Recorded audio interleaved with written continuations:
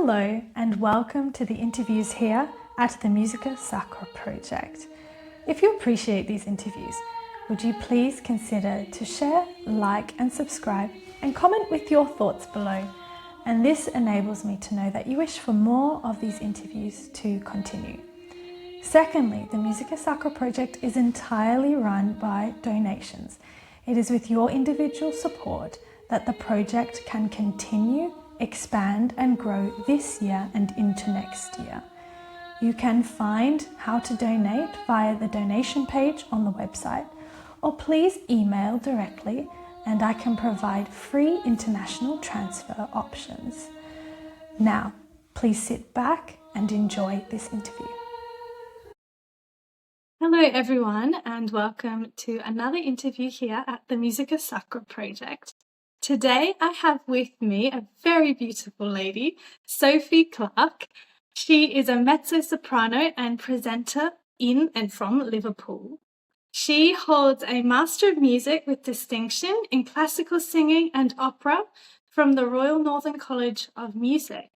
And she is very impressive as a soloist and has sung in venues such as the Royal Festival Hall, Cadogan Hall, and Wigmore Hall, I believe, and some various other places.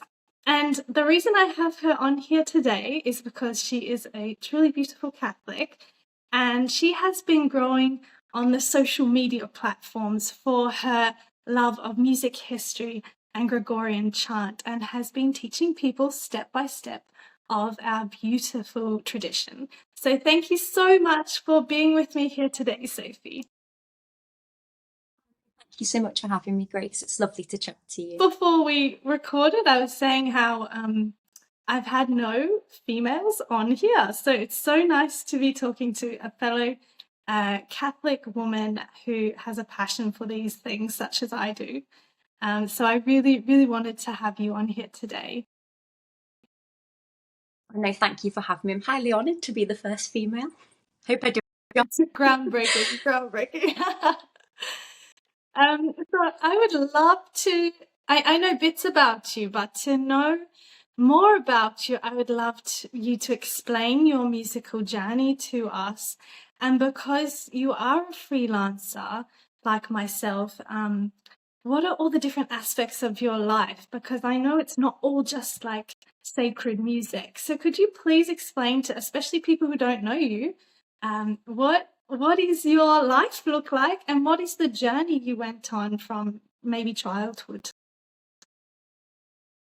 For sure. I'll start from the beginning and I'll explain a little bit about what I do now. So it started with my mum. She said when I was very, very tiny, I'm the youngest of three. She said I was about 2 or 3 and I'd be singing around the house and she'd think, oh, that sounds okay. That sounds quite nice. And my brother and sister would sing and she'd go, oh yeah, that's lovely. Be quiet now. That's how it's been explained to me. And then when I started school, age 4, a couple of weeks into school, my teacher comes out, marching out the gates, Mrs. Clarke. And my mum thinks, oh goodness, what has she done? What's she been up to? And the teacher just wanted to say to her, did you know that Sophie could sing in tune? And my mum said, well, I always thought she was all right, but I'd never told anyone. So it all kind of started from there. And that year, when I just turned 5, I did my first solo in the school nativity. So I sung Away in a Manger. That was my day. Thank you. So kind of went from there. When I got to about 6 or 7, I started to sing a lot for charity concerts. So I've worked for many years for the British Heart Foundation and various other charities. Singing in their events and concerts each year. And it really was those charity concerts that gave me the confidence to keep going and also a platform to perform. So I'm always so grateful to those organisations for the opportunities. From there, I got a wonderful singing teacher called Rani Senivir-Ratner. Unfortunately, she's no longer with us, but she taught me everything I know. And went to music conservatoire, firstly in London, Trinity Laban, and then to the Royal Northern College of Music. And I think I've always just been so fortunate to have wonderful contacts and wonderful people and to be able to perform in great places. So if I'm looking at my life now, I mainly work as a concert soloist with different orchestras, choirs, or different musicians. For example, I've just done 3 years with London Concertante Orchestra. I was their soloist for the West End Musicals tour, which toured the UK and Ireland. And I work a lot in a duo with a classical guitarist called Ravi Nathwani, and we tour around quite a lot. So each day, each week, each hour looks very different, from learning music for a concert, which may be 5 concerts of the same music, or it might be just a one-off, or it could be 6 weeks. So it all looks very different. So learning music, performing music, rehearsing music, speaking to wonderful people like yourself. I go into schools as well, and I'll do music workshops to encourage the younger generations to get into these things. So yeah, that's a little bit about my... Let's be honest, you're not so old and you have done so much, and God has really put you on the most beautiful path. So, and I'd love to know you. You started singing so young. There's this. My family said I could sing before I could talk, so I relate very much to this this story of your childhood and how it grew. And it sounds like you had some wonderful opportunities to build confidence. So that's absolutely beautiful. And I understand I've seen you singing in church. Is that something that you give to the church, or are you employed to sing for different concerts in, let's keep it to the Catholic Church for now, what does that look like? So the videos that you have seen, I believe most of them will be at St Mary's, which is the hidden gem in Manchester. It's a beautiful church, and that is why it's called the hidden gem. It's actually quite hard to find, and then once you found it, it's beautiful. So those, I'm not employed by the church. At the Monsignor K very kindly let me record some videos with the lovely organist Nathan there. They have a fabulous schola, so it's like a small choir, which perform each week. And if I'm not away for work and I'm at mass somewhere else, if I'm at St Mary's, I'll go up and sing when I can, and I'll sing in the carol concert, like their carols by candlelight. But it depends. I might go and sing in a funeral mass for other churches, or wedding masses. It depends. But I think the videos you would have seen, that'll be because I was very kindly allowed to be. That's beautiful. Yeah, it's such a beautiful church. I haven't been there. I have friends who go. You must one day, but I do know it exists, and I've seen various videos and friends sending me videos, so it's beautiful. So I guess I want to start talking about your sacred music and where does that fit in. So were you always interested in sacred music, or like when did it become a significant part of your life? Is it something really new? Like what does that look like? I think the aspect of Gregorian chant is fairly new, but sacred music as a whole, I'd say since childhood, I've always been interested in it. I mentioned before my old singing teacher, Rani. She would always introduce the most beautiful sacred solos to me when I was very young. Excuse me. One of them being A Clare Benediction by John Rutter. It's a beautiful piece. And I think from there I started to explore more Catholic sacred music, and then eventually got into Gregorian chant. So yeah, I'd say it's been, sacred music as a whole has been from when I was younger, but Gregorian chant's a little bit newer. I understand. For me, it was a bit later too. I know some people who grew up with it, but it was not the case. But looking back, very similar. As classical singers, we are given sacred music to learn for our education. Even if we're studying opera, we learn oratorio and things. I'm not sure what people know of this, so I'm just explaining. But Gregorian chant, especially in our colleges, is not really taught. It's very much a religious thing rather than a musical idea. Does this make sense? If I explain it to you, you understand. We don't touch on this in our conservatoires if we are doing normal Western music. And in my course, we skipped it. I think music started after Gregorian chant in our history. It does. Absolutely. You look at Renaissance, Baroque, but you don't quite have. And if it is from that same time period, it's the folk songs or the secular music. It's not the Gregorian chant. They sort of might explain this is where it comes from, and then they go straight into Renaissance. That was my experience, and I know many people. And be beautiful if we could educate a little bit more on the very early, the 9th century, the 10th century. So, yeah. Well, it influenced so much of what came after it. And I feel like ornamentation, our interpretation of ornamentation would be so much broader if we look back on Gregorian chant and see what they were doing, and organum and all these different things. Wonderful. We'll have to get out. Goes out. Yeah. And then I don't know your story as a Catholic, but I would like to know, did your faith lead you to like Gregorian chant and sacred music, like liturgical music, I like to say, or has the music led you more to your faith? And for me, I always had faith, but I realized my work in the church led me more to my faith, which was very interesting how God works. Other people, I think it's the other way around, where their faith leads them into doing more Gregorian chant. Mm-hmm. I think for me it's a bit of a mix. So I actually converted from Protestantism. And when I was 11, I got a music and academic scholarship to go to a Catholic school. And it was really there that I was introduced to the Catholic faith. I remember I'd be sat in mass and there'd be the hymns and beautiful music. And I think, this is gorgeous. This is, not just the music, but the actual mass itself. And I used to remember walking up and doing this. And I remember when I was 11 saying, one day I will be a Catholic and I won't do this anymore. And well, here I am. So I kept my word from when I was 11.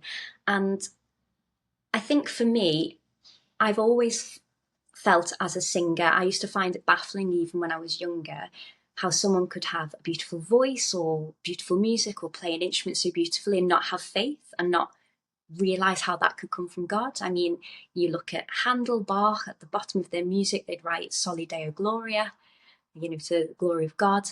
And so I do think it was a combination. As my faith grew, I got more interested in Gregorian chant and more sacred music. But I think having the singing and the music from young also made my faith grow as well, if that makes sense. Because how can it not be from God? It's just And I love conversion stories. Could you delve into that a little bit? When did you convert? When was the final decision? So, as I said, it really started at school, and I genuinely just said, no, I will be Catholic one day when I'm an adult. When I used to think when I'm allowed to be, because as a kid, you don't know how it all works. So when I got to 18, moved to London and continued going to church, but a Protestant church. And it just never felt right for me. It just didn't seem right. But it was what it was, and everyone was very friendly and lovely. Moved to the Royal North Inn, and that's where I found St. Mary's, the hidden gem. And as soon as I walked in and went to the first mass, I was like, no, this is it. Spoke to the Monsignor after mass, said I just moved here, and I'm, Protestant, but I'd like to become a Catholic. And he said, well, we have catechism classes. And I've just never looked back. So it was when I moved to Manchester and I found the hidden gem that it all really started. I'll have to put a picture in this so people can see. Yeah. And what is it that made it just make sense with the Catholic faith? Because we have like Anglo-Catholic, where it's like a very high Protestantism, almost Catholic. What made you go, no, the rest doesn't make sense?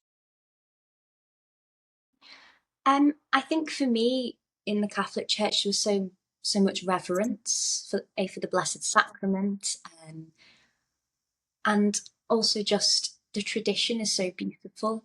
why wouldn't you want to have beautiful stained glass windows that are so inspirational? Why wouldn't you want to have beautiful Gregorian chant and liturgical music? Why wouldn't you want parts of the Mass or all of the Mass to be in Latin? Why wouldn't you want to have reverence for the Blessed Sacrament? That for me was quite a few of the main things, and also the Protestant idea of that it's a symbol of the body and blood never really stood right with me. I always believed it was the body and blood, so, well, it is the body and blood. So I think it was all those kind of things. And just being in that environment, you can pray so much better, you can feel so much more connected to our Lord. And I think... Yeah, there's a quote I will summarize a concept and an idea was beauty is a sign of desire. If that makes sense out, when we present beauty, it's really a desire for something more. And that really hits like really close to my heart, because when we look at something beautiful, we can feel like satisfied, but at the same time, it's about something beyond even that beauty that we can't quite reach, if that makes sense. Or beautiful music, we can't hold it, but it sort of brings this extra desire into our hearts. And I think, like you're saying, why don't you want stained glass windows? Why don't you want beautiful music? Like, why don't we want to lift ourselves to a greater desire for God? Exactly. And all of these things have been created by God, so why would we want to neglect them? And it's so nice to see people dressing nicely for church and not in booty shorts. I mean, by all means, people wear what you like when you're not in church, but I mean, I'm always of the opinion to dress nicely, and especially at church, it's so important. And seeing people with beautiful veils and just dressed so elegantly, I was like, no, this is lovely. Like, why wouldn't you want this? Yes, and reverencing the body that God created us to have. It's a wonderful concept. And to use the voices we have, because that's, part the idea that the instrument God has given us is our voice.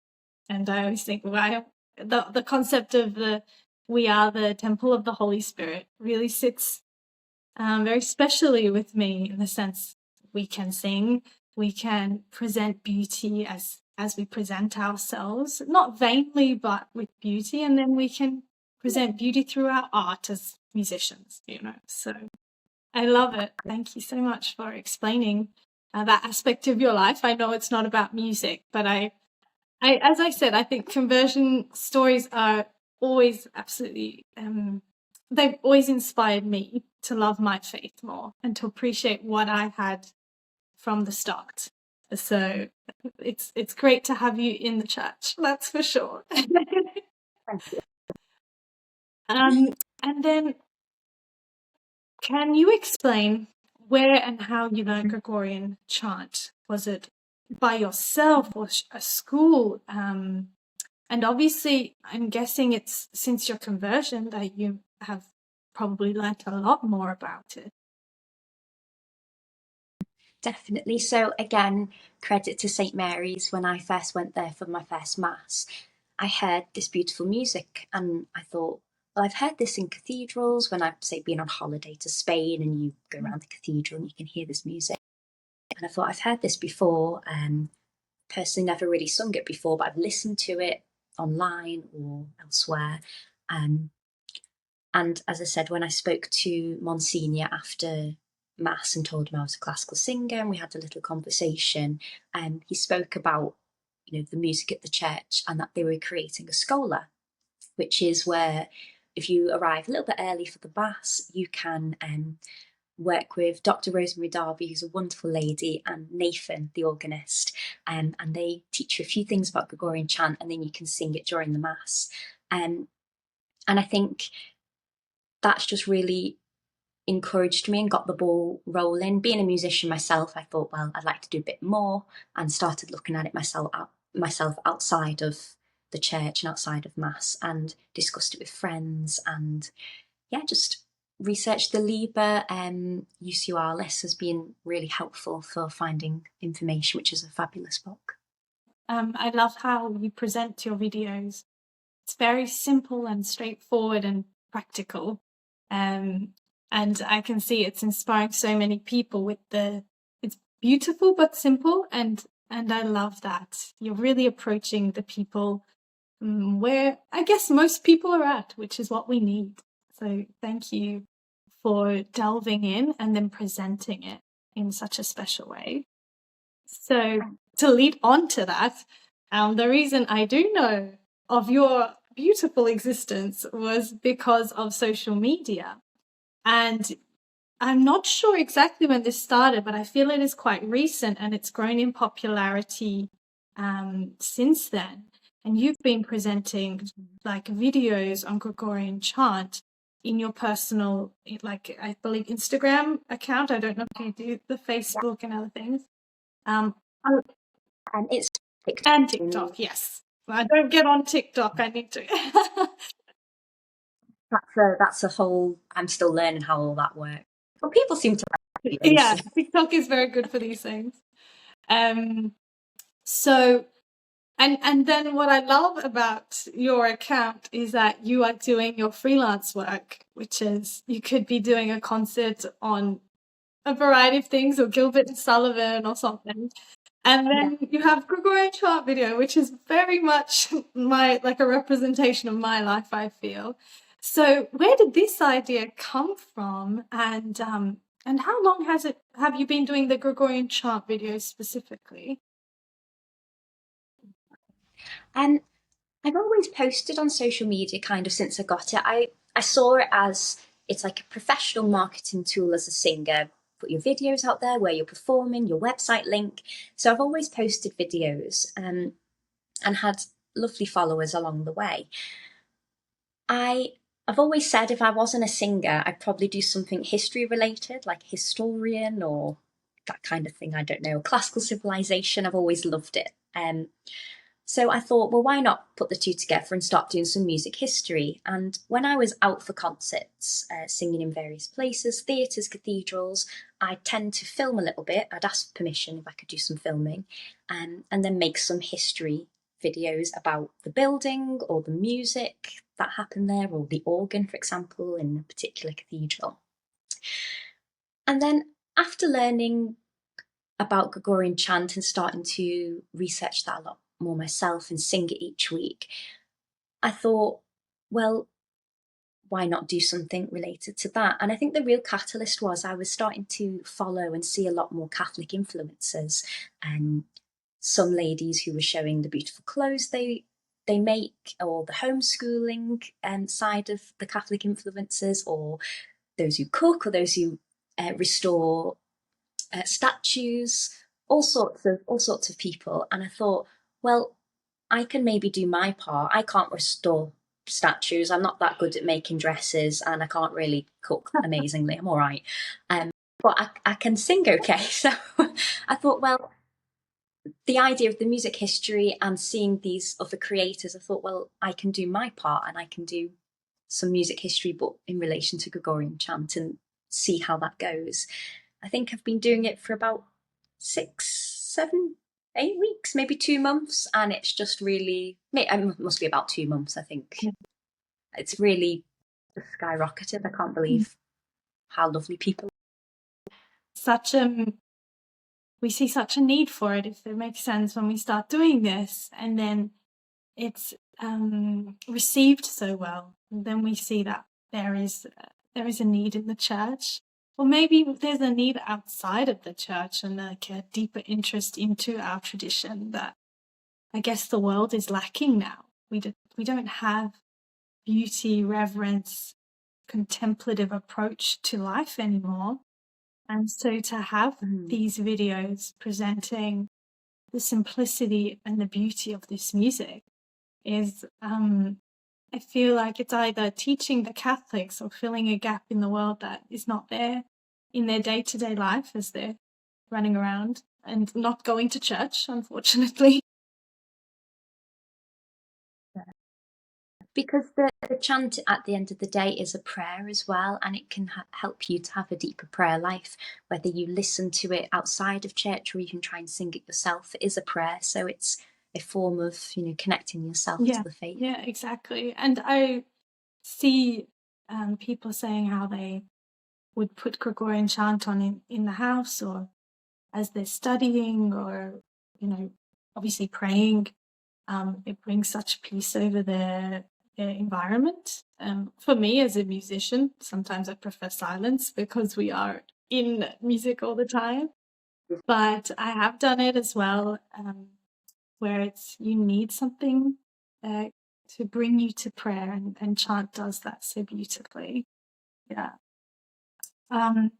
So I have done some work down in London, but I really wanted to know what you experience in the Catholic Church in England, especially in the north, and what are some of the really good things you see? What are some of the things that you would like to see improve in a nice constructive criticism way, maybe?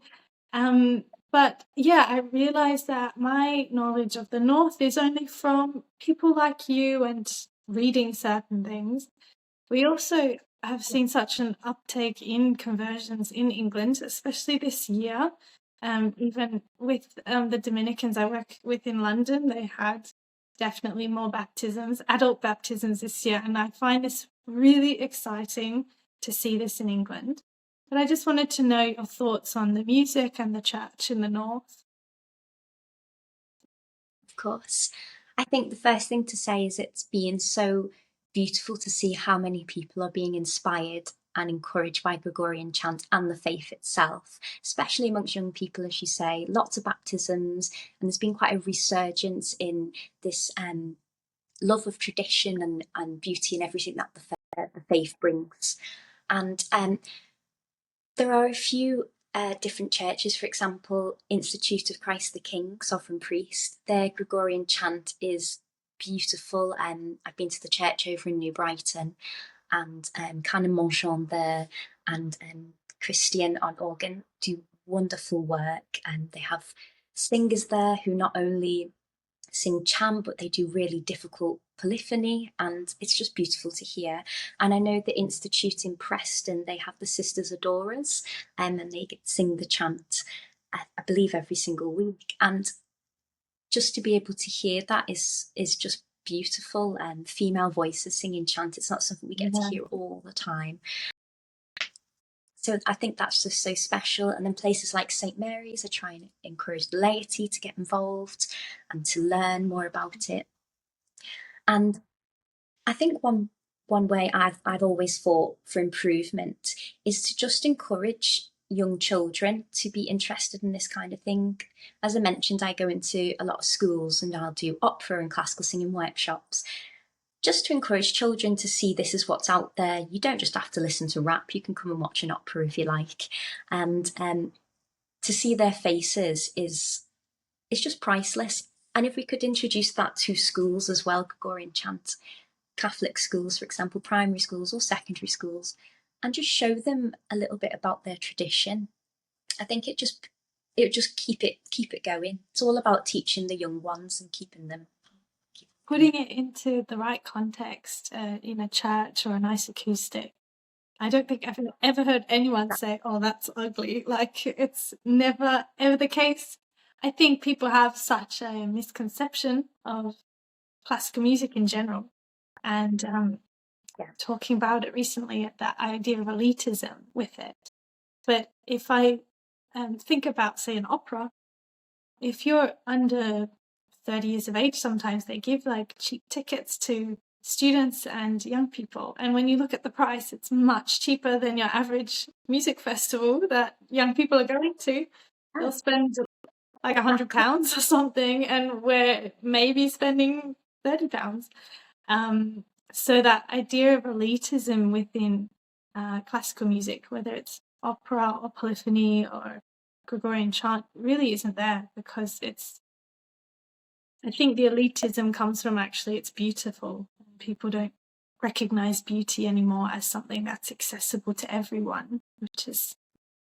And maybe it's, I don't know if intimidating is the right word, but sometimes when you're not sure about something or it does seem so beautiful, it's untouchable, it can be, oh well, that's not for me. It's a bit elite. But I think that's why if we encourage the younger generations to see, no, this is for everyone. This is for you. And I don't know if you've seen on my social media, I sing a lot to my niece, Yeah. Evie. And she's always loved music. I mean, if you put dance music on, she's bopping and she absolutely loves it. But whenever I sing Chant to her, or the Anima Christie, for example, she just has the most beautiful smile. She'll sit like this and just watch me. And I think, again, it's just so important. Yeah, they are such beautiful videos that you put up with your niece. She's such a sweet girl. She's very clever.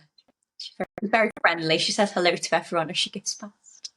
She's like, hello, like she's the queen. Very confident. Yeah, yes, yeah, very confident. No, that's such a very good way to put it. If we inspire children or take, I think the simple thing is if we are going to church and we are taking our children to church, and then they hear this music, it doesn't become something foreign to them because they grew up with it. And for me, I didn't have Gregorian chant growing up, but we did have hymns. It didn't feel, and my family sang a lot. So I guess there wasn't an elitism put to it. It's just more of a thing you can do. And if you can sing, sing. So, Exactly, and because I no, think please. I was just going to say, there's nothing more humbling being sat in the queue for confession and there's a 7-year-old next to you ready to go in and praying, and it's like, well, children in church, they are there, they respect, and I'm sure they will respect this music and love this music too. Yeah, and children's choirs are such a beautiful way to start. So wonderful. Well, the final thing that I would love to ask you is, what is something you could share with people on their journey of sacred music, whether to listen to it or to do it? And obviously, as a convert, I'm sure you have a beautiful perspective of this growing into it yourself. So, do you have any pearls of wisdom for those who are intrigued by it, whether to, or maybe to sing? Like, what could you say? Of course, I think I've got a couple of little pearls. I hope that might be helpful. I think, firstly, there is a lot of material out there. As with anything online, we've got to be careful what we read because some things are correct, some things aren't correct. So always make sure when you're doing some research to read lots of different things. Don't just go online, go to your local library. There'll be books on it. There'll be some libraries, for example, the one in Manchester has some scores. I was doing a talk recently on Hildegard von Bingen, and they had some of her scores in the library. So go to your local library. If you're on holiday, explore the cathedrals, go to the Catholic cathedrals and churches. A lot of the time they're open. See if they've got any manuscripts that you can look at. I was at the cathedral in Menorca a couple of weeks ago. Gosh, that seems like such a long time ago. I think it was only last. You need another holiday. I know. And you could go around the convent that was attached to the cathedral, and they had all Gregorian chant manuscripts, beautiful artwork. So try, even in the UK or wherever you are, see if you can go into a church and if they have any manuscripts. Libraries, try and go to an archive. Just try and make your learning, don't sit on the computer, try and make it as proactive and as immersive as you can. Go to a mass where they might be singing Gregorian chant so you can listen, chat to the priest, see if they've got a scholar that you can join. If you are at home, I'd recommend an app called Square Note. It's really good. It has a compilation of all different chants and you can hear how they sound. And I think the main piece of advice I'd like to give is just remember that music is a gift. Don't worry if you're not singing it correctly straight away. It doesn't matter. It's about learning it and enjoying this beautiful tradition that we have. So music is a gift, and just really enjoy the process of learning Gregorian That's beautiful. chant. I feel inspired. That's wonderful. Thank you. And it's such a true point. We're so worried of getting it wrong, that we might freeze and not do anything. And really to start, don't get too academic or too worried. I think that my experience was being thrown in, having the Liber in my hands, and being a professional musician and going, okay, now I'm reading square notes. Okay, let's go. And then all the rest came after. But really, it was just go for it. Listen, start singing, start enjoying. Yeah. And the Latin is a prayer, and that should really dictate how we sing chant, our phrasing, our character, our tempo. Even though there's no meter in chant, we've got to have pace to fit the words. And I think sometimes we forget that. We get so fixated on the square notes. If we're listening to opera or classical music, if it was sung like this, we wouldn't feel anything. So when you sing chant as well, really think about the words and the prayer that you're saying. Beautiful advice. Well, thank you so much, Sophie. I know you have a big day ahead, and I really appreciate this conversation with you, and I hope one day we can meet in person. It's not so far away. And I wish you all the best on this journey of spreading the gospel through music. Thank you for your gift to the church.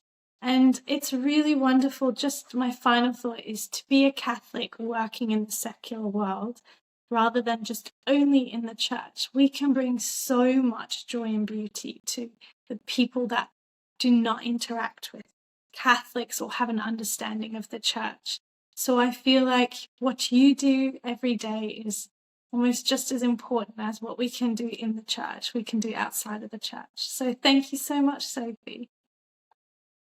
Oh, no, thank you. I really appreciate that, Grace, and thank you for creating such a wonderful page and platform so that we can discuss these topics. Take care.